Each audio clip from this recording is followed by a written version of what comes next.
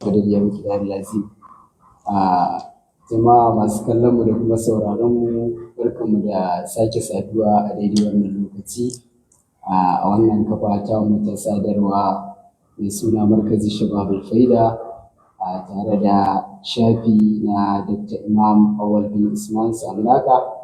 A daidai wannan lokaci muna gabatar muku da shiri na musamman mai suna maraba da cikin wannan shiri insha Allah za mu saurari tattaunawa wanda muka samu amsawan gayyatar malamanmu wanda za mu gabatar da su yanzu ɗaya bayan ɗaya.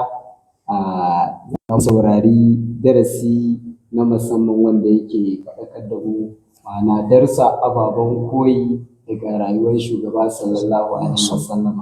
Mun samu amsawan gayyatar manya-manyan malamanmu. Tare da mu akwai Dr. Imam Sheikh Awwal bin Usman. Muna maka barka da zuwa. Assalamu alaikum warahmatullahi wabarakatuh. A hannun damansa kuma muna tare da Imam Malam Muktar Awwal Kwanan Bauda, shi ma limami ne. Muna maka barka da zuwa. Assalamu alaikum warahmatullahi. Wa alaikum assalam wabarakatuh. Da farko kafin mu shiga cikin wannan shiri kai tsaye muna neman afuwan masu sauraron mu saboda sanarwar da muka bayan mun ce karfe 10 sai kuma aka tashi gari yarwa. Muna gode wa Allah akan haka. Insha Allah yanzu za mu ci gaba da gabatar da wannan shiri a daidai wannan lokaci. Akramakumullahu, kamar yadda wannan shiri namu na musamman ke gabatarwa da cewa muna so za mu saurari darussa ababen koyi daga rayuwar shugaba sallallahu ta'ala alaihi wasallam. Idan mun duba za mu ga rayuwar shugaba sallallahu tana da faɗi, kusan za mu ce musuluncin ne ga baki ɗaya za a ɗauko shi ɗungurungu, amma insha Allah gare ku mun san za a ɗauki wani ɓangare ne a tattauna. Amma zan yi riga malam masallaci, kila zan iya cewa to zan fara daga ɓangaren dakta. Allah ya ƙara lafiya. Akramakumullahu, wani darsa ne za mu koya ko za mu cirace su dangane daga rayuwar shugaba sallallahu alaihi wasallama, tun daga haihuwarsa sallallahu alaihi wasallama ko kafin haihuwarsa sallallahu alaihi wasallama, wani darsa ne za mu koya a ciki? A'udhu billahi minash shaitanir rajim. Bismillahir rahmanir rahim. Alhamdulillahi rabbil alamin. Wassalatu wassalamu ala ashrafil anbiya'i wal mursalin sayyidina Muhammad rasulillah sallallahu alaihi wasallam al-mab'us fina rahmatan lil alamin wa ala alihi wa sahbihi haqqa qadrihi wa miqdarihi al-azim. Bayan haka yan uwa masu kallo da sauraron mu da kuma sauran abokan aiki, assalamu alaikum warahmatullahi wabarakatuh.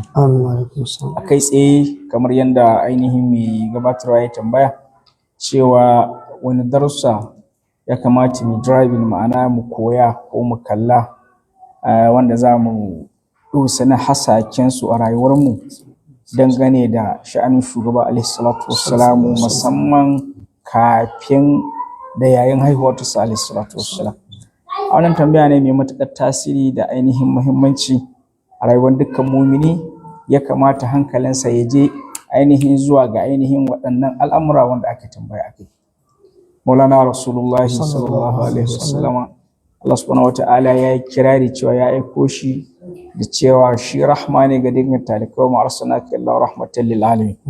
Wannan rahmaniya da Allah ta'ala ya kururuta mu duniya cewa ya turo ta ga dukkan talikai, to kafin ya turo ta sai da ya mata wasu shimfiɗoɗi.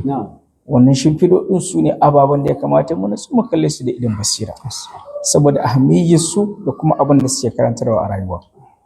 Aƙalla muhimman abubuwa guda 4 sun faru kafin ainihin haihuwar Maulana alaihi salatu wassalam. Wasu alƙur'ani sun habarta mana, wasu kuma masana sun ba da labari dangane da kiyayewan tarihin abin da ya faru. Abu na farko shine ainihin waqi'atul fil ko waqi'atu ashabil fil ko hadisatu ashabil fil, wato mutanen giwa da suratul fil ta ba da labari. Mutanen Abrahata, wanda dogon kissa ne saboda lokaci ba zai mu ɗauko kissar ba gaba ɗaya. Wanda dai yawanci a tarihi ake cewa shekaran giwaye, dalilin ma kiran shekaran haihuwarsa shekaran giwaye kenan.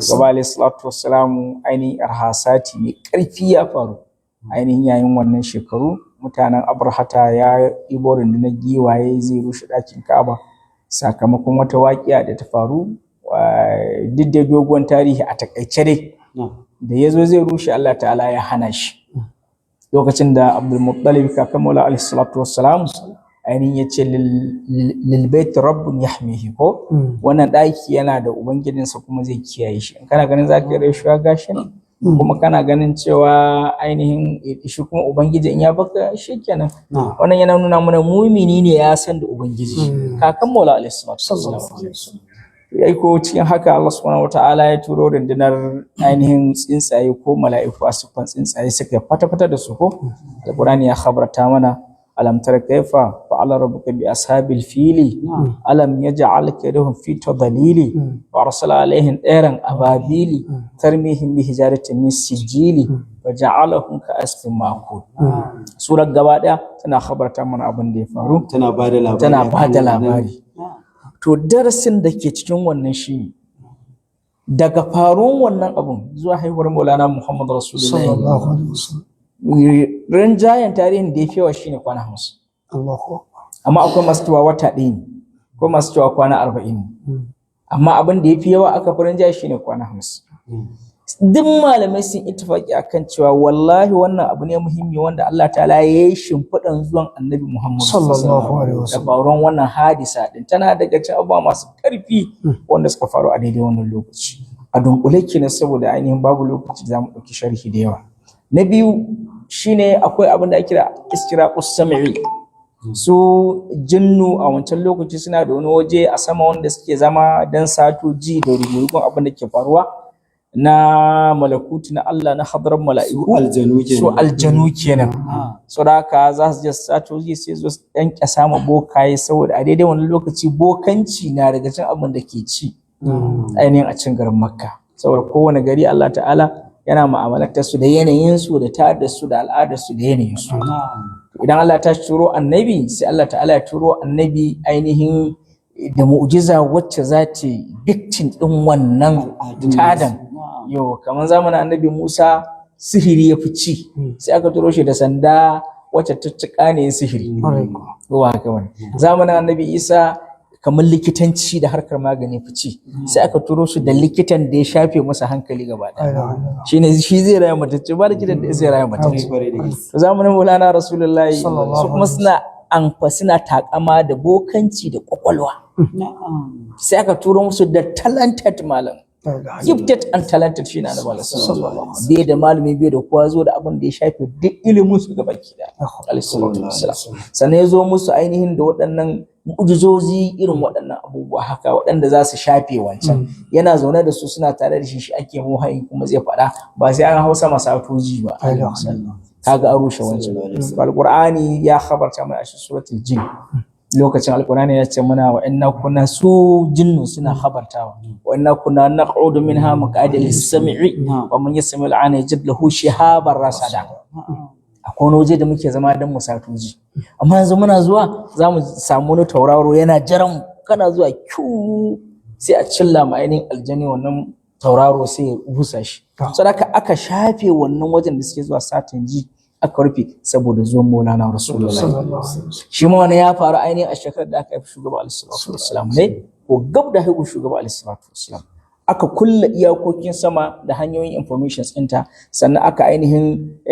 rusa waɗancan abrahata kaga waɗannan abubuwa guda biyu ba ƙananan abubuwa bane masu girma waɗanda suke nuna shimfiɗa ga zuwan Maulana alaihi na uku shine shi kuma Qur'ani bai bada labari ba amma kawun shugaba ya bada labari shine Abbas bin Abdul Muttalib ya rawaita yake cewa ainihin daga cikin alamomin da suka gane cewa an samu cikin Annabi alaihi wasallam samun ciki kafin mahaihuwa kaga wancan na Abrahata kwana 50 yana nan shi ma na ainihin na mutane Isra'is sam'i shi ma yana nan to shi kuma tun kafin ma a samu cikin ran da aka samu cikin su kuma ba su sai ke cewa daga cikin alamomin da suka gane an samu cikin shugaba alaihi salatu wassalam shine duk wata dabba a garin Makka sai ta magana ta faɗa dabbobi ragunan su tumakin su awakin su shanun su raƙuman su dake su dama mutanen raƙumai duka su da suka magana yace to wallahi ba nan ba magana sosai irin na mutane kowa yana ji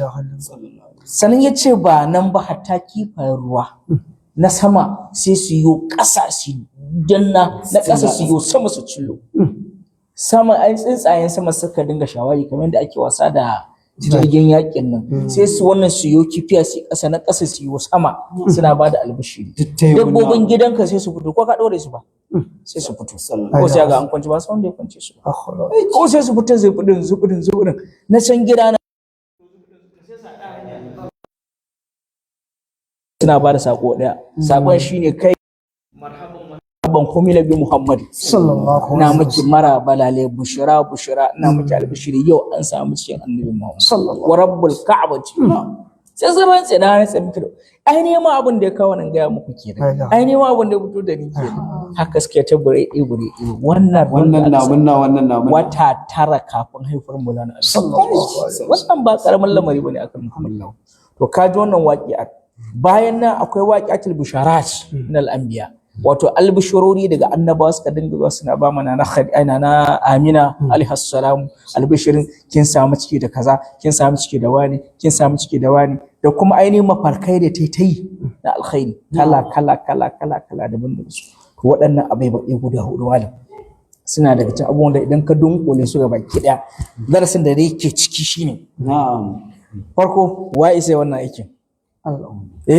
wai sai wannan aikin Allah aikin to da Allah ya wannan aikin Allah yana nuna farin ciki ne da shimfiɗa zuwa annabi ko wani ciki farin ciki alhamdulillah wannan farin cikin da muke magana shi muke kira maulidi alhamdulillah in muka ce muka Allah ne fara maulidin annabi to abinda muke nufi kenan kai dai baka isa ka ce mana Allah bakin ciki yake ya turo tsuntsayen Abraha da suka kashe Abraha da mutanen Abraha baka saka ce mana bakin ciki ne ta sa Allah ya turo ainihin mala'iku suka ciccile shedanu wurin satan ji baka saka ce bakin ciki ne Allah ya nadakar bana ya sa dabbobi suka yi magana da zuwan shugaba sallallahu alaihi wasallam suka an samu cikin manzo Allah baka saka ce ainihin albushururin hasali ma bushara lakil bushara ya Amina gashi nan ma kirkire kaji annaba su ce muna miki albushiri ya Amina annabi Adam ya zo annabi Ibrahim annabi Nuhu annabi Shisu har duka annabawa manyan na kowane har annabi Isma'il sun zo suna masir suna Amina albishirin zuwan mu alaihi salatu a cikin bacci Allahu akbar duka waɗannan abu a tun kafin zuwan shi to waɗannan abubuwa in muka ce mauludi suna ne muka bashi dacewa da fahimtar mu dacewa da mu kai ma ka bashi sunan daga gada ma in ka cire shi mauludi mun ba da mauludi kai asmalan ustazu to ka bashi sunan da ka gada ma in ka gada ma ka bashi walima ko ita dacewa da fahimtar mu duk abin da ka ga dama zaka bashi ka bashi mu dai wannan abin shi muke kira mauludi kuma ma'anan mauludi farin ciki da samuwar annabi Muhammad duk wani ta'arifi da za a mauludi abin da yake bada ma'ana kenan farin ciki da samuwar annabi sallallahu alaihi wasallam muka ce samuwa muna ba haihuwa muke nufi kadai ba samuwa in general samuwa daban haihuwa daban to waɗannan in ka dunkule su manyan hudun nan wannan ba wani wanda ya sai kawar da wannan sun faru hakikatan da nasosa tabbatattu duk ma da za a ce ya rayu hijabai kaza duk kyale mana wannan karatun mu ne na sufayi duk kyale mana wannan to ban ma kawo shi ba wannan hudun sun fara really wanda biyu dai alqur'ani dai kuma ne tarihi ne tabbatar na Abbasu sannan Amina alaihi salam da kanta ta bada labarin mafarkan da take kuma shi ma an rawaito to kaga waɗannan abubuwa to in ka dunkule darasin da ke cikin wannan shi mai kira mauludi Allah ta'ala shi fara yin farin ciki da zuwa annabi sallallahu alaihi wasallam bisa ga hanyoyin sharan fagi ga sunan dun karanta ga baki da wancan guda hudu kafin haihuwa kenan muhimmi to akwai kuma jingim na abubuwan da suka faru yayin haihuwa irin ire-iren su ko gab da haihuwa ko yayin haihuwar ko kuma ainihin bayan haihuwar da kaɗan jingim shi ma abin da duniya ta ittifaki ilmiyatan akalla abubuwa kusan guda 12 daban a gurguje zamu karanta saboda babu lokaci farko akwai wani tauraro da ake sa Ahmad in ka bi tarihin ainihin wazqal isa ibn Maryam ya bani Isra'ila ne rasulullahi ilaikum musaddiqan lima bayna yadayhi min at-taurati wal injil mubashiran bi rasulin yati min ba'di ismuhu Ahmadu wannan sunan ismuhu Ahmadu to a karatun Yahudawa a cikin littafinsu akwai tauraro wanda suka bashi wannan sunan shi Ahmadu ba zai fito ba sai ran da aka haifi manzo Allah sallallahu alaihi wasallam wannan mawaƙin daga cikin mawaƙan manzo Allah tana musu sunan shi Hassan bin Sabit radiyallahu anhu ya faɗa na Abu Hurairah ya rawaito wannan ruwayar yana nan a cikin kisar da tarihi yake cewa yana Madina, shi dan Madina ne dama yana Madina lokacin shekaransa 7 ko 8 yana yaro, amma duk abin da aka yi a lokacin yana kiyayewa. Yace sai ya ji ɗaya daga cikin malaman Yahudawa yana shela a cikin garin Madina, ya ku Yahudawan Madina, ya ku kaza kaza, ku zo. Yace sai da suka taru sai ce musu to yau ina gaya muku yau ainihin tauraron Ahmadu ya fito. La ilaha illallah. Saboda kai yau din nan an haifa manzo sallallahu alaihi wasallam. An haifi Ahmadin da Isa ya ce wa bashiran bi rasulin ya min ba'di ismuhu Ahmadu. Tunda dama sun sani a lissafin. Sun sani. Sunan tauraron Najmu Ahmad. Sunan tauraron ki. Da Allah wannan tauraron da ya fito, Allah ne ya fito da shi ko kai ne? Allah. Yayi farin ciki da zuwa Annabi ko bai ba. Shine Mauludi. Kaji wannan a gurguje babu lokaci. Sai na biyu bayan wannan shine tarnina shayatin, shine ihu da gunji ne shedan har sai da mutanen Makka suka ji. Shedan da ka sani wanda ake ce mishi shedan Iblis ba azazilin da ake fara shirin da kungiyar shedanu ɗan uwansa haka suka dinga ihu suna tarannun har bayan duwatsun garin Makka aka dinga ji kan da aka fi shugaban lissafi saboda bakin cikin hasken Allah ya zo malam shirya Allah ta zo su kwanan su ya kare ma an gama a yau tasa ta kare to shedan na bakin ciki kai kuma me kamata kai in opposition farin ciki zuwan shi farin ciki su kuma ainihin azabarsa ta zo an mace maka muna farin ciki akar maka Allah abinda muke nufi kenan wannan shi muke nufi da mauludi kenan duk mai bakin ciki a wannan rana yana ta yawa yana ta shi saboda akwai hadari akan wancan lamarin masu damuwa. Na uku akar maka Allah khurujun naru alim min amina nurin alim min amina sai da sunan amina ta ce ita da ta haihu haske ta ga ya kwatata sai da yamma mai Makka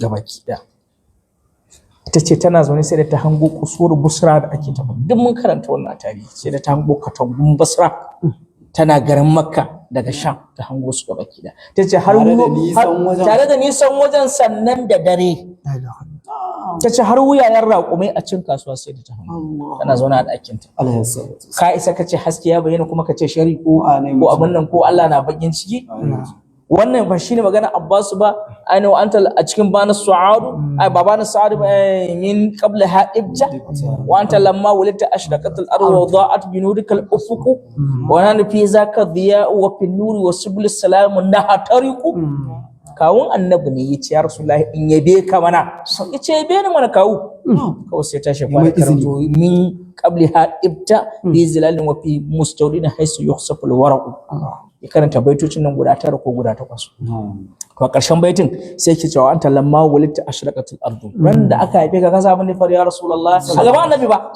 la ilaha illallah a gaban manzo Allah fa akar maka manzo Allah yana murmushi mali alwaja Allahu akbar Abbas na bugo baitika annabi na murmushi yace ya mai gida ka san abin da fara na haihuwarka yace ai ashraqatul ardu duk duniya ta yi haske wa da admin nurkal ufuq sassan duniya ta haskaka ta bi nurika ya rasulullah haskenka sai ce mu dinnan kawunnan ka muna cin wannan haske wannan fi zaka diyai muna musu habbanka da masoyanka muna cin wannan haske da haske duniya wa fi subilis salam muna cikin hanyoyin shari'a na tarku muna nan muna ketawa shi yasa ma muka zama sahabbanka gashi mun ka wannan hadisi ne muqarrar a gaban annabi aka karanta baitocin bai hana bai ce komai ba a karanta Allah wai annabi yayi farin ciki kenan ana bashi labarin haihuwa ko bai farin ciki ba wannan sunan shi tarihi ko ba ka bane kissa haka ne to me muke a wurin maulidi tarihi kissa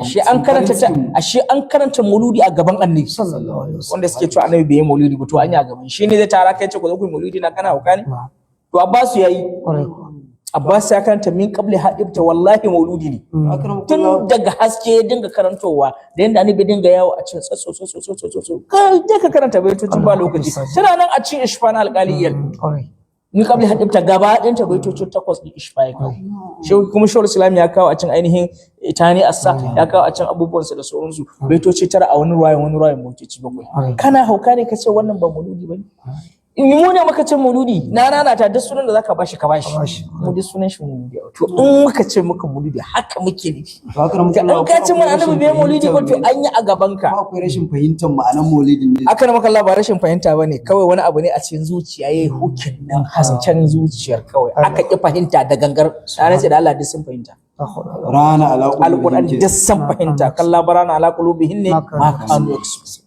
kawai ba sa so ne ba sa bukata ne duk hanyar da za a bi su gane sun toshe Allah ya toshe zuciyar sun ki ganewa da gangan kaga wannan ba karamin lamari bane shi bayan nan sai da suna Amina tana ƙara faɗi bayan nan wannan haske ya fita sai tasbihin mala'iku sun ce sun kewaye ɗakin suna zanji quddusun ko subuhun quddusun rabbul mala'ikatu ruhi da albushurura kaga wannan ya fara na haihu sani alaihi salatu wasallam bayan nan kuma ainihin akwai khumudun niran wato mutuwan wuta ta yi Kisra din wannan don ma tarihi a karanta wasu haka suna kokarin rauna wannan tarihi su yan Iran din yan Farisan sun ce wallahi an yi sun tabbatar an a tarihin kasar sun tabbatar an yi wannan abu kuma aka duba lokacin sai aga ya dace da ranar haihuwar shugaba sallallahu alaihi wasallam kaga an yi wannan to bayan wannan mutuwar wutan mutane ta fi shekara 2 na mata bauta amma ran da aka haifi shugaba alaihi salam duk ta mutu ruwa bai taba kashe ta ba ko iska an ce da wurin wutan ta mutu in ka taba wurin sai dai kuma kaman gangara sau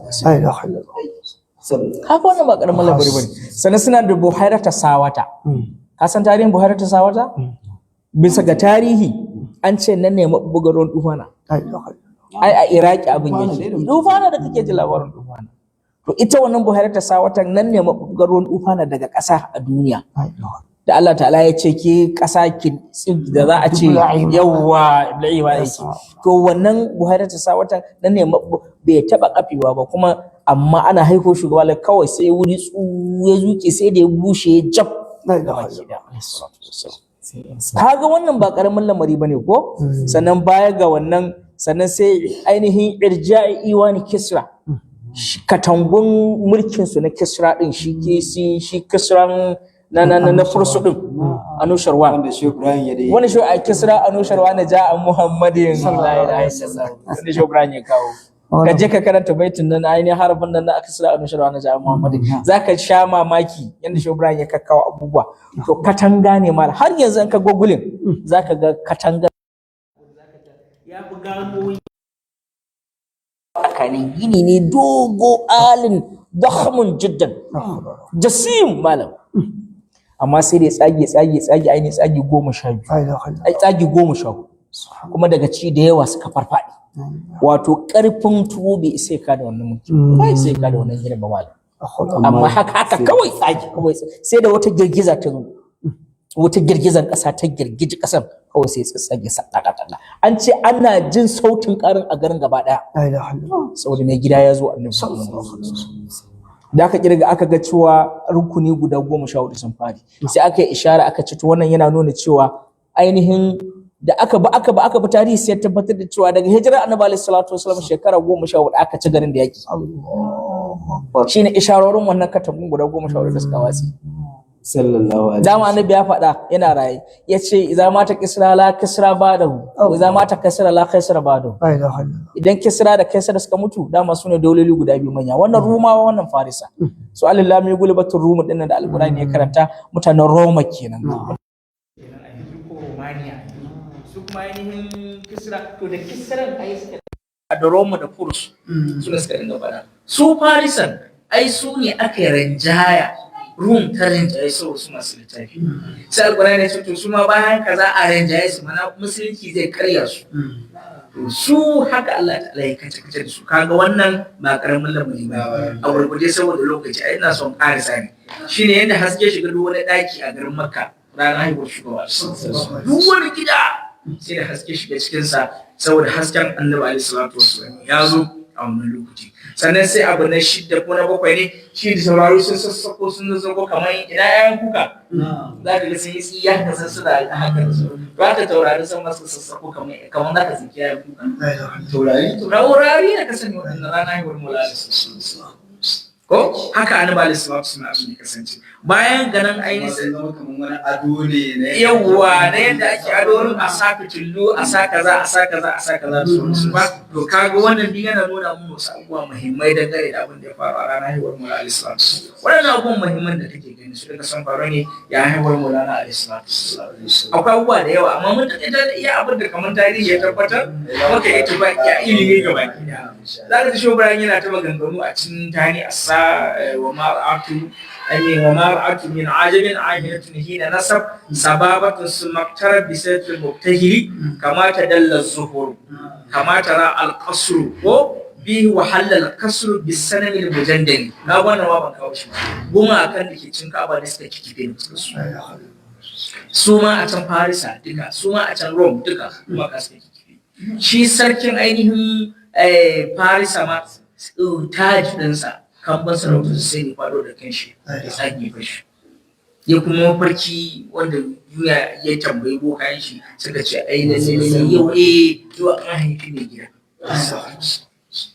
waɗannan abubuwa karin kuma lahu shi ne ni abin da nake so ka dukka tara su da wanda muka da mun wai shin wa yake fara da su Allah da Allah ya fara da su wai shin haka yana nufin baki ci gobarin ciki wannan farin ciki shi ke nufi da mulki Allah ga muka ji maka Allah ya mulki ya mulki Allah ka samu dace albarkar mu sana na'am sauran masu kallon da sauraron ma muna tare da yin magana baki da su gudanar mana da bayanai daki dangane da abin da ya shafi rayuwa wani darasin da zamu koya cikin rayuwar shugaba sallallahu alaihi wasallam kamar yadda muka faɗa abin yana da faɗi amma mun ji yadda shi ya ɗauko bayani haka kamar dai ka aiki to amma lokaci ba zai bar mu ba yanzu za mu karasa zuwa gurin imam malam muktar awwal falin bauta insha Allah za mu saurari shi kuma abin da zai dan tattauna mana za mu so haka mu kulla mu ji wanda darasa ne za mu koya ko za mu ɗauka daga rayuwar shugaba sallallahu alaihi daga tasowar shi zuwa kamar shekara 20 haka mun ci abin yana da baɗi amma za mu ɗan tattakaita zagare kafin mu ƙara roƙon ku nan gaba insha Allah sun yi sosai a zuwa ɗora abubuwan da na insha Allah. الصلاة والسلام على أشرف المرسلين سيدنا ومولانا محمد الفاتح وخاتم الهادي وعلى آله حق قدره وامتداد العظيم سبحان ربك رب العزة عما يصفون سلام على المرسلين والحمد لله رب العالمين. Assalamu alaikum. Tare da masu mu dakta Allah ya saka alkhairi wannan jan aiki da aka yi muna fata Allah subhanahu wataala ya sa cikin mizani. Yan uwa wato tasowa na sayyidina Rasulullahi sallallahu alaihi wasallam hakika tasowa ne mai matukar ban sha'awa wanda ya taso cikin albarka da kuma himma.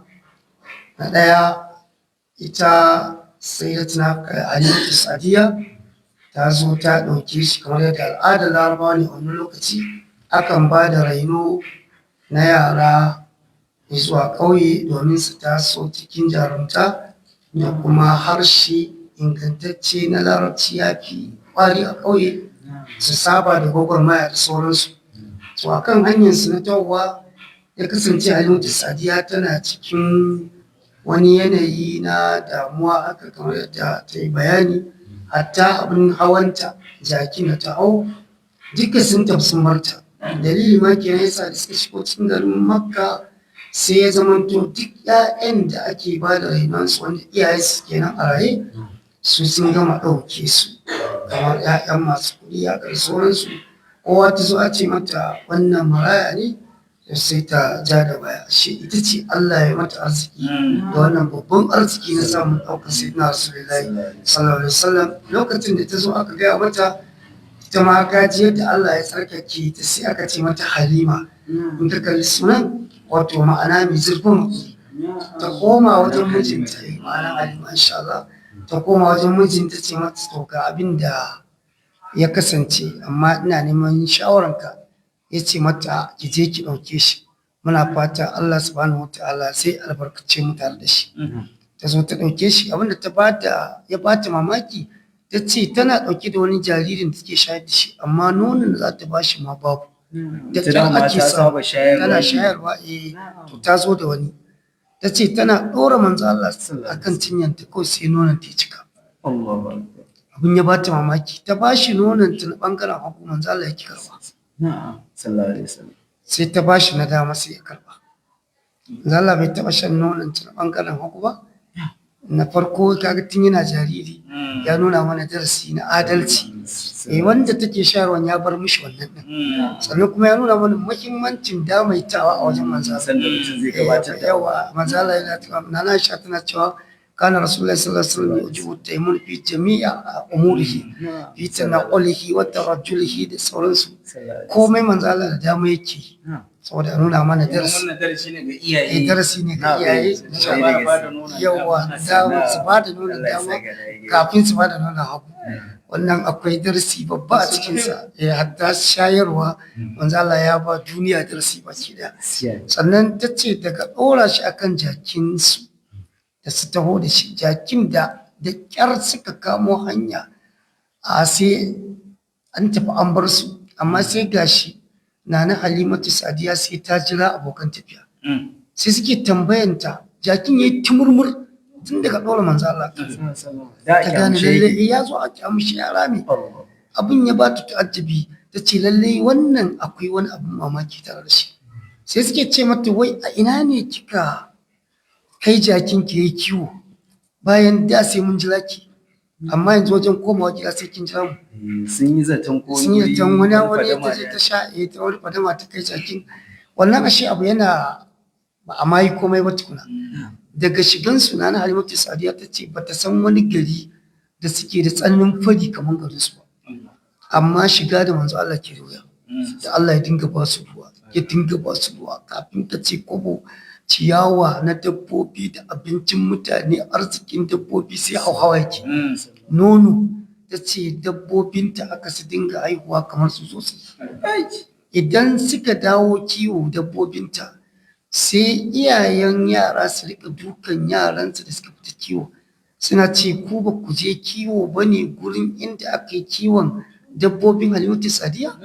Su sun ɗauka a wajen kiwon ba su san albarka ne ba. Yana gidanta sai na Rasulullahi kuma ya taso cikin karamci. Sannan an ga abubuwan ban mamaki da keta hankali da al'ada, domin ta ce ina jin ya zo cikin wannan littafin da ake ce masa Hadal Habib Muhammadu Rasulullah na wannan Jabir al-Jazair. Yana cewa wata rana ta wuce da Sayyidina Rasulullahi sallallahu alaihi wasallam, wasu Yahudawa tun da suka gan shi, wani bai Yahudi da ya tsaga ihu ya ce maza ku biya nan ku kashe shi, idan kuka bari jaririn nan ya girma. Shi ba Yahuda ya ce to Yahudanci ya gama a bayan ƙasa, haka ta ɓoye shi. To har da inda aka zo sun tafi kiwo, a mala'iku su zo suka ɗauki manzo Allah sallallahu alaihi wasallam suka kwantar da shi suka tsage ƙirjinsa, wanda wannan shi ma abu ne bayyananne daga dukkan ɗaliban ilimi. Suka tsaga ƙirjinsa suka yi masa dai operation irin yadda da ba lokaci. ‘Ya'yan da suke tare da shi a wannan lokaci suka dawo gida cikin firgici, suka ce gafa abin da ya faru. Saboda ganin wannan abun tu'ajjabi, su ce mun ga wani abu ne kamar tsuntsu ya zo ya ɗauki Muhammadu sallallahu alaihi wasallam. To mutanen gari nan da nan kowa ya ɗauko makamai, aka fito bayan gari sai aka sami Sayyidina Rasulullah yana zaune a cikin bishiya haka. Ce ya Rasulullah me ya faru ya Muhammad? Ya ce ba komai, amma dai wasu ne sun kwantar da ni, sun tsaga kirjina, sun ciro zuciyata, sun wanke, sun sake mayarwa kuma sun shafe. To wannan sai ya bata tsoro, sai ta taso ta dawo bayan kwanaki kaɗan. Wannan fa bayan shekara biyun da aka yi ya cika ne. Ta dawo da shi wajen mahaifiyarsa Sayyidatuna Amina, amma abin da ta gani na albarka ya gigita ta, sai ta ce ina roƙonki arziki, zan koma da yaron nan domin gari ba kwa rabo da cututtuka da annoba da lalura da laulayi, mu ko ƙauye muna zaune lafiya, ni ina fata ki taimaka ki bar min yaron nan, zan koma da shi. Ta ce ba damuwa. Ta dawo da shi. Ita ta kai yawa shekarun ya cika, ta dawo da shi.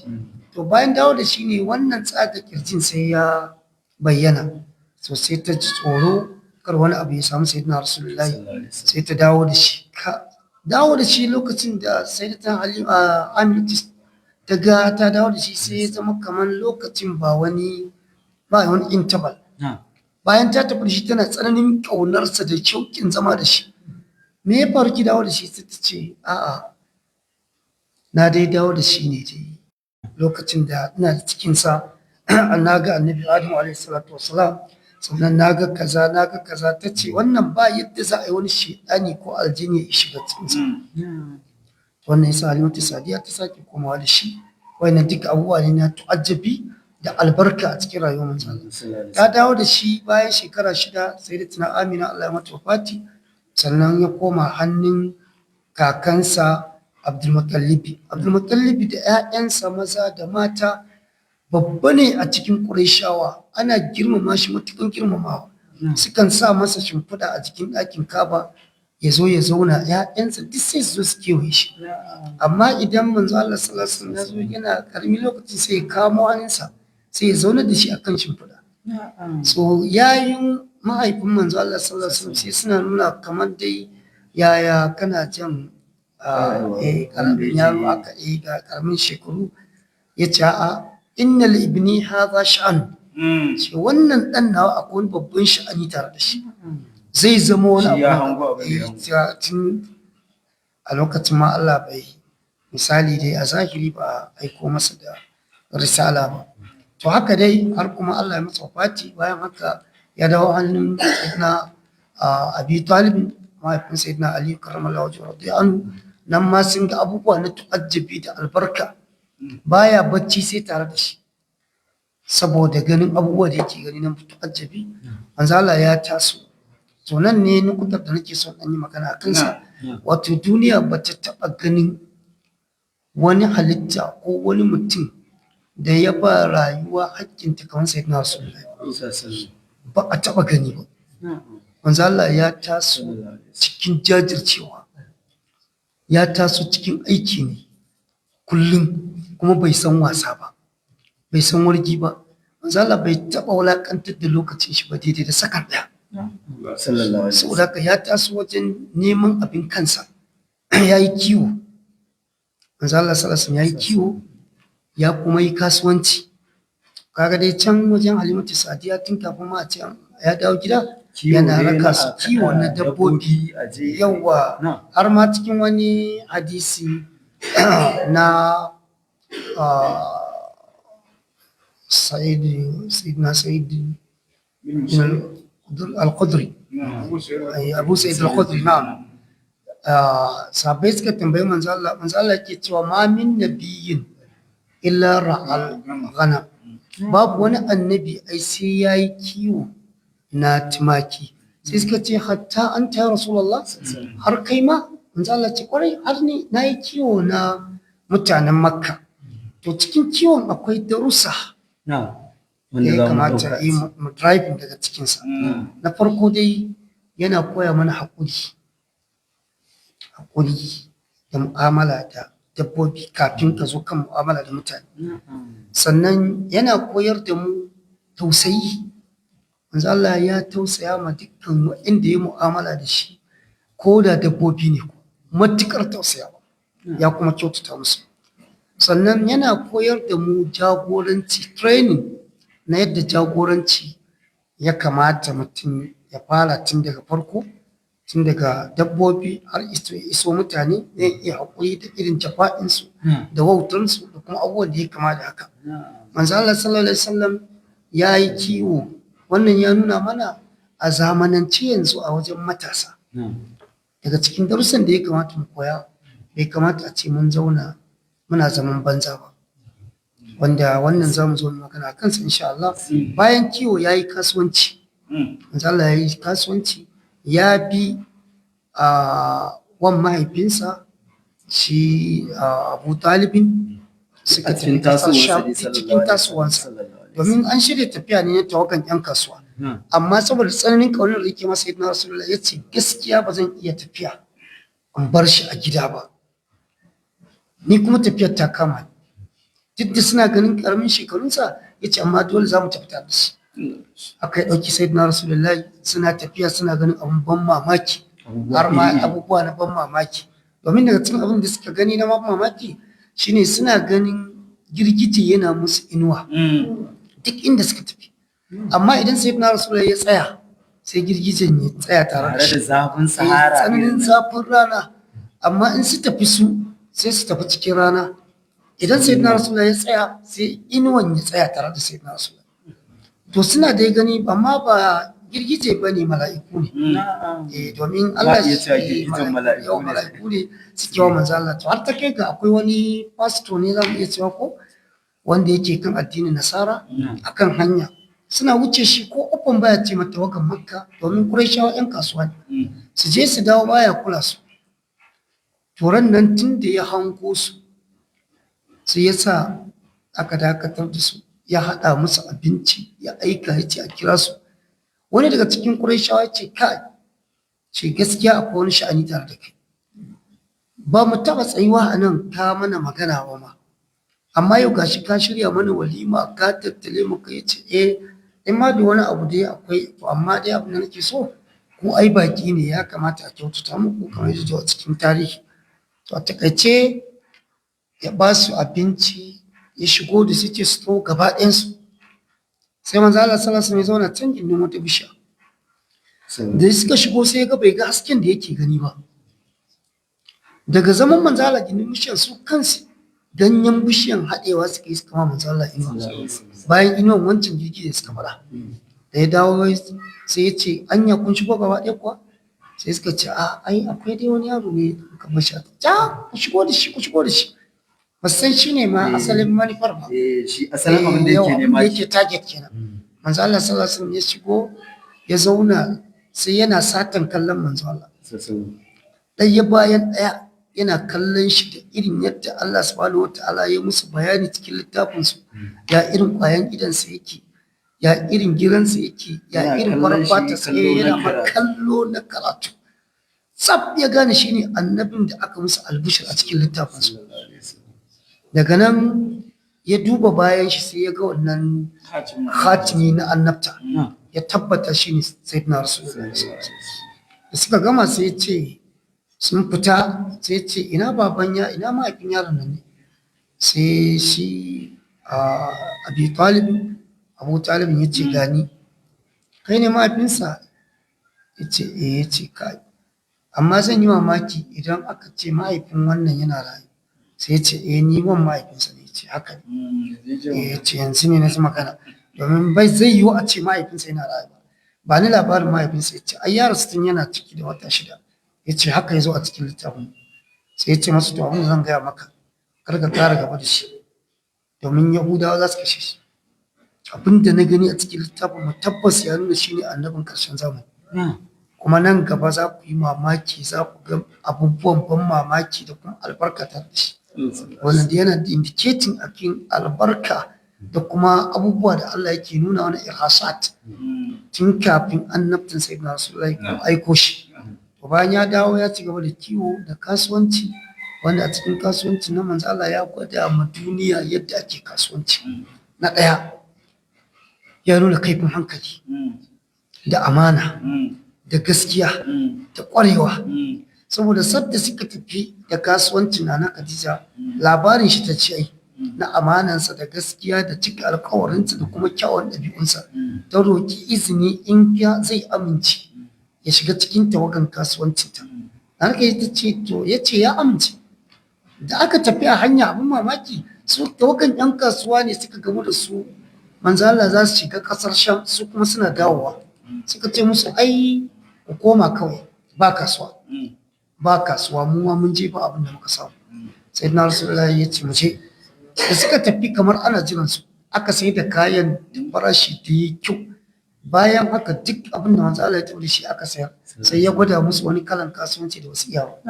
Sai ce mu kuma Makka muna bukatan kaza, ba a dawo da tsaban kuɗi ba. Sai aka sake sai wani kayan daga zuwa Makka kuma aka wawashe shi, da na Su ma dama suna buƙatar riba kan riba da na yana nuna mana yawa kaifin kwakwalwa matasa su matasa kasance yawa su kasance yawa kula da wannan maudu'i ne mai faɗi za mu so a ce mu ba da lokaci ne ba da za mu tattauna musamman yanayin da kasuwa ko in ce kasuwanci ya zama a wannan lokacin namu za mu so nan gaba a ware mana shi na musamman mu tattauna a kai. Hakikatan gaskiya dai akwai darussa abun koyi a cikin wannan. Na ɗaya, kar matashi ya zauna ya taso haka zaman kashe wando, zaman banza bai dace da dan musulmi. Kamar yadda shugaba ya kiwo sayyidina rasulullah yayi kasuwanci, to bai kamata mu zauna a matsayin mu na matasa ba sana'a. Manzo Allah sallallahu alaihi wasallam yana cewa tis'atu ashar rizqikum fi tijarati, 90% na arzikin kuma yana cikin kasuwanci. Sannan ya ce attajirul saduq ma'al anbiya'i wa shuhada'i wa salihin wa kama qala ibn Hazm. Manzo Allah ce dan kasuwa mai gaskiya amintacce ranar kiyama zai kasance ne tare da annabawa da siddiqai da shuhada. Ashe kenan kasuwanci ibada ne. Sannan kuma yana nuna mana rawan da ya kamata matasa su taso, saboda al'umma gaba ɗayanta nauyinta yana kan matasa ne. Ci gaban addini yana hannun matasa ne. Duk al'umman da take ganin kanta maɗaukakiya ce, idan matasan suka wayi gari ba su da sana'a ne, to wannan al'umma ta kaskanta ta wulakanta. Allah ke addini baya ci gaba dole sai da sana'a, sai da kuma ci gaba. A fata wannan da cikin kaɗan daga cikin darussa da za mu iya try. Alhamdulillah mun saurari Malam Muktar Muhammad Awwal Kwanan Bauda kenan. Allah ya saka masa da alkhairi. To kasancewar yanayin lokaci da mun ce ba zai kyale mu ba. Za mu kara zagaye na biyu, za mu kuma zuwa gurin Dakta Sheikh Alwal bin Usman. Allah ya kara masa lafiya. Mu ci cikin minti 5 akramakumullah, mu ci mulahazan da za a mana kuma a cikin menene dai a cikin abubuwan da a tattauna ban sani ba ko cikin maganar da imam ya ko kuma ana ka akwai ta ne insha Allah cikin minti 5 haka. Assalatu wassalamu ala sayyidina rasulillah sallallahu alaihi wasallam. A cikin mulahaza da zamu yi ko zan yi a cikin nukɗar da na tattauna akan ta shine cece kucin da ke faruwa da sunan mauludi a yanzu.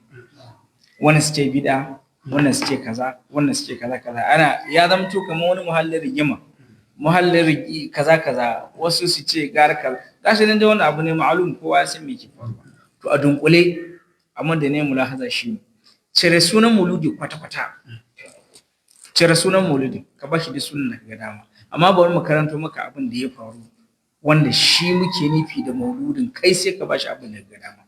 In ka dunkula ma'anonin abin da ya faru duka mun ba mauludi ma'anan alfarhu bi wujudi sayyidina rasulullah, farin ciki da samuwar manzon Allah, kawai shine ma'anan mauludi.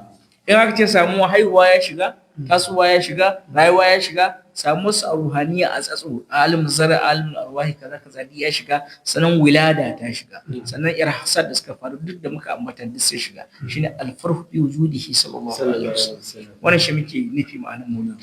To dan wannan ma'anar ne kuwa da Hausa za mu fassara farin ciki da samuwar manzon Allah. Idan aka ce farin ciki da samuwar Annabi sallallahu alaihi wasallam, akwai wani mumini da baya farin ciki. Kaga wannan yana nuna cewa aikin kowa ne, saboda haka idan fahimtar mauludi da ya muku tsauri, to yanzu bari mu sauƙaƙa. Abin da muke nufi mauludi farin ciki da samuwar Annabi sallallahu alaihi wasallam. Qul bi rahmatillahi wa bi fadlihi fa bidhalika falyafrahu wa khairun mimma yajma'un. Annabi shine rahmatullahi alaihi wa ma arsalnaka illa rahmatullahi alaihi. Rahmatuhu kenan. Muna farin ciki da rahmatuhu alaihi salatu wassalam, ma'ana rahmar Allah madaukakin sarki. To haka ta sa na'am, duk da ban san ko zaka zo kan maganar ba, ai wani zai iya cewa to sigan yanda ake gudanar da shine sigogin zamu. To shi kanshi Allah ai sai sigogi da yawa wani siga haka yake. Farko Allah ya ta sigan ainihin Abraha ta kakkashe sa Abraha. Allah ne yayi. Ya turo mala'iku suka masa barbata.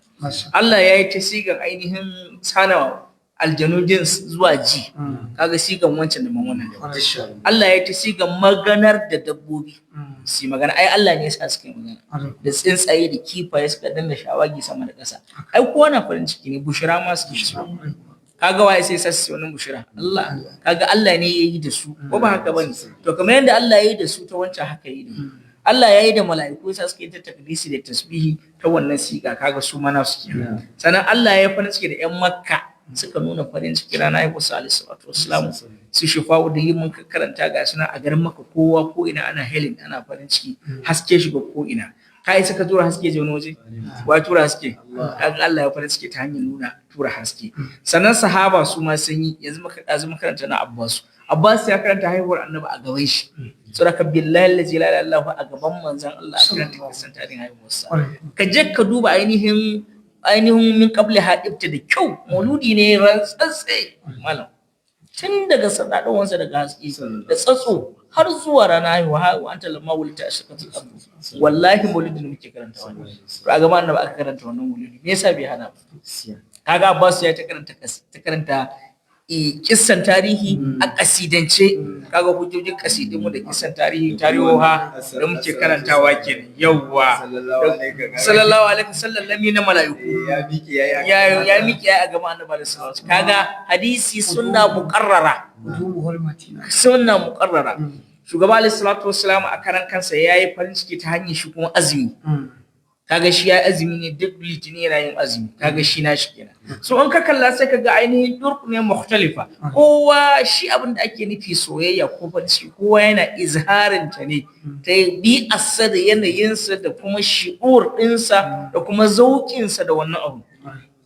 In dai ba sa Allah shi kenan, kila wani ya ce mana muna cakuɗa maza da mata, dama mu ce maka halal ne, kuskure ne zai iya faruwa, mun cire wannan baya daga ciki. In ya so kar ka zagi wanda ba ba duka nake cakuɗa maza da mata ba, me yasa ba ka cewa wancan daidai ne? Ko da ke naji wani sakataren wata kungiya ya fito yana cewa wanda ake da nan Islami daidai ne. Mun duba kaman wannan ma'anan wannan fassara ma da ka bara, zai zama to kaman bai da bambanci da mutum ya zo ya ce ma yayi birthday din shi, birthday ake cewa ko menene? To ba gashi nan kowa ma yana yi ba. Ai ni dan ba ma so ne mu danganta shi da birthday na zamani da yake ta faruwa, kar a ce mun kaskantar da shi a ne bari ya zanto kawai mu dai namu shine kawai muna farin ciki da samuwar shugaba sallallahu alaihi wasallam, kuma Allah ne ya ce mu farin ciki da rahamarsa, Annabi ne kuma rahmar Allah. Ko fa bizalika falyafrahu wa qul bi fadlillahi wa bi rahmatihi zalika falyafrahu wa khayrun majmun.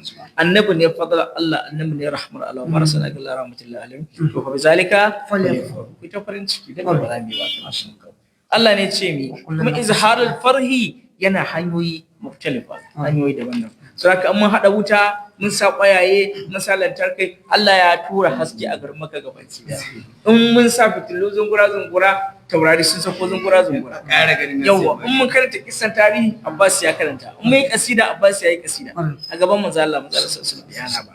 Sannan in mun haɗu mun zauna mun yi shiru, sahabbai suna zaune suna jin Abbas lokacin da yake karantawa, ba su hana shi ba. Annabi alaihi salatu wasallam kajilin da ya samu muke taruwa kenan. Sannan in muna ta tasbih sallallahu alaihi malaiku su yi sallama gare shi a ranar, su yi sallallahu alaihi sun zagaye ɗakin Ka'aba da ɗakin na ainihin Amina suna faɗan abubuwa. To hanyoyi daban-daban, in mun ciyar mun kaza dama ciyarwa ɗarcin ɗabi'un Annabi na daga cikin abin da muke koya a wannan rana, mu koya mu kowa da kowa. To kaji a dunkule wannan shine mulahaza, dan haka a dunkule yan uwa in mun ce mauludi muna nufin farin ciki da samuwar manzo Allah. Bayyana farin ciki kuma ka bayyana dai kaji yanda Allah ya bayyana nashi ta hanyoyi daban-daban. Malaiku suka nuna, kowa ya nuna. To kai ma ka bayyana naka ta inda ka ga dama, amma kar ka zagi namu. Kai ma naka ka sa masa suna, an ka ga dama kar ka sa. Mu namu da muka sami suna muka ce mauludi shikenan ka bar mana kayan, amma ba sunan ne bid'a ba, aikin da muke yi da asalin sa za ka kalla. Duk da kai ma ka sa sunaye kala-kala kan abubuwa, ba mu ce maka komai ba, kana maka Allah so ne mun zaman lafiya. Ka sa musabaka, ka sa wa'azin wata, ka sa wa'azin mako, ka sa na shekara, ka sa na ƙasa, ka sa na anguwa, ka sa abubuwa da yawa, duk ka laƙaba musu sunaye kuma ana taro ana yi. Ka sa tafsirin mata, duk sunan shi kaza akan maka Allah, duk wannan ba sunaye bane, duk ba mu ce maka komai ba, sai da rainin wayo namu zaka dinga sa mana, kana sa mana zambiro. Saboda haka a dunkule mauludi muna da farin ciki da samun shugaba. Allah ya yi ta hanyoyi da yawa, kuma baka isa ka ce alquran wannan bakin ciki bane. Shedan ne ya bakin ciki a ranar, in kai magana bakin ciki to kai ma ka zama gurbin shi. Allah ka samu lafiya. Alhamdulillah, mun saurari dakta da ƙarin bayani da yi akan abubuwan da ya gabatar na farko. Yanzu za mu ƙara kuma zuwa gurin Imam Malam Muktar Muhammad Awwal Kwanan Bauda mu shi ma mu saurari a takaitaccen ƙarin bayani dangane da wasu abubuwa kila wanda zai mana insha Allah. Alhamdulillah.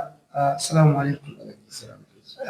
Yan uwa mu yi haƙuri, Allah shi ya kira annabi Muhammad sallallahu alaihi wasallam da Muhammad, ma'anansa abin yabo, kuma kafin ka yabe shi dai Allah ya yabe shi. Allah ya ce wa innaka la'ala khuluqin azim. Duk irin yabon da za a ma manzo Allah, Allah ya yi, don ma kar mutum ya je lahira ya ce ya yi ma annabi Muhammad wani abu. To ji abin da za ka yi, Allah ya riga. In salati ne, Allah shi ya fara, mu ma mun kasa, sai dai mu ce Allahumma salli. Saboda haka wanda yake cewa zai dakatar da wannan lamari, ni ina ganin kamar ko ya rasa aikin yi ne ko ya abin nan. Amma tunda Allah ya ce Muhammadu a yabe shi, Allah ya tuno shi ne a yabe shi. Haka me ce sai hana ba zai iya wallahi. Da ya kwantar da hankalin shi ma fuskanci inda ya sa gaba shi, da ya fi masa kwanciyar hankali. Saboda dole a yabi manzo Allah. Allah ya yabe shi kuma ya ce a yabe shi kuma yana so a yabe shi. To saboda haka mai wannan zai jama kanshi wani hawan jini ne kawai, wanda Allah ya riga ya zartar da lamarinsa. Muhammadu sallallahu alaihi wasallam. Saboda ka yaban shi ake daga nan har tashin duniya. Inda da ake takaitawa a ɗan ƙauyuka, a ɗan rumfa ake yi na tamfol, yanzu abin ya bunƙasa. Za ka kalla a India yadda ake yi, a America yadda ake, ƙasashen ma da ba su yi sunan ƙasashen musulunci ba. In aka fito radiyon nan baka isa ka kirga miliyoyin al'umma da suke farin ciki, kuma Allah ya ce amma bi ni'mati rabbika fa haddith. Duk wata ni'ima ba ta kai sayyidina Rasulullahi. Allah ya ba mu ni'imomi da yawa.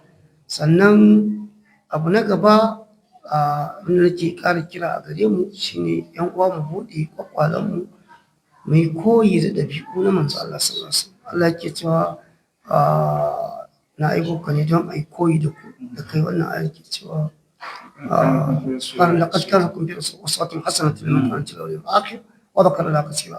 Saboda ka mi kokari a cikin dukkan ɗabi'un mu, cikin tafiyar mu, cikin mu'amalar mu, cikin cin abincin mu, cikin baccin mu, cikin auratayyar mu, cikin sana'ar mu, cikin dukkan mu'amalolin mu yi kokari mu yi koyi da sayyidina Rasulullah. Lokaci ya wuce na wane ya ce an ce mu fuskanci Allah, mu fuskanci manzo Allah sallallahu alaihi wasallam, wanda ma baya so din insha Allah za ka ga ƴaƴan shi ba da jimawa ba su shigo cikin tafiya bi iznillahi ta'ala. Muna fata Allah subhanahu wataala ya kara mana soyayya sayyidina Rasulullahi, ya kuma bar mu tare da shi duniyar wa ukram bi sayyidina Rasulullahi sallallahu alaihi wasallam. Nasta'udikumullah. Wassalatu wassalamu ala rasulillah. Subhanakallahumma wa bihamdika ashhadu an la ilaha illa anta astaghfiruka wa atubu ilayk. Assalamu alaikum. Muna godiya dangane da wannan amsa gayyata namu da kuma wannan bayanai da aka kwararo mana. Yan uwa masu kallon mu da sauraron mu, muna gabatar muku da wannan shiri ne a wannan tasha ta mu mai albarka ta Markazin Shababul Faida TV, tare da babban shafi na Shehu Dr. Imam Awwal bin Usman Saminaka a cikin shirinmu na maraba da mauludi, wanda mun samu ɗawarin maudu'i daga gare su mai suna darsa ababen koya daga rayuwar shugaba sallallahu alaihi wasallam, wanda dukan sun ɗauko bayani ɗaya bayan ɗaya wanda kamar dai a ce lokacin ya fi haka, amma insha Allah mun san za mu ƙara roƙon su domin ci gaba, saboda abubuwan da dukkan kowane ɗaya daga cikin su ya ɗauko darasi ne na musamman wanda ya kamata a ci shi kaɗai ya isa a ce mun ɗauke shi a program na musamman. Alhamdulillah, kafin mu karkare, wanda suka ɗauki nauyin wannan gabatar da wannan shiri su ne Markazin Shababul Faida, ana cibiyar nan ta karatu da karantarwa wanda duka tana ƙarƙashin shi shehin mu Dr. Imam Awwal bin Usman, Allah ya ƙara masa lafiya. Kuma za mu ci gaba da gabatar muku da wannan shiri duk lokaci bayan lokaci, wanda na san duk da sanarwa za ta zo, akwai wani irin wannan shirin ranar Alhamis wanda za mu saurara daga wasu malaman. Insha Allah masu sanarwar za su sanar insha Allah a ci gaba da sauraron mu. A madadin sauran ma'aikata na wannan gidan TV na fili da na ɓoye, ni mai suna Sulaiman Al-Mubariz nake cewa assalamu alaikum warahmatullahi, mu tara a gaba. Alhamdulillah.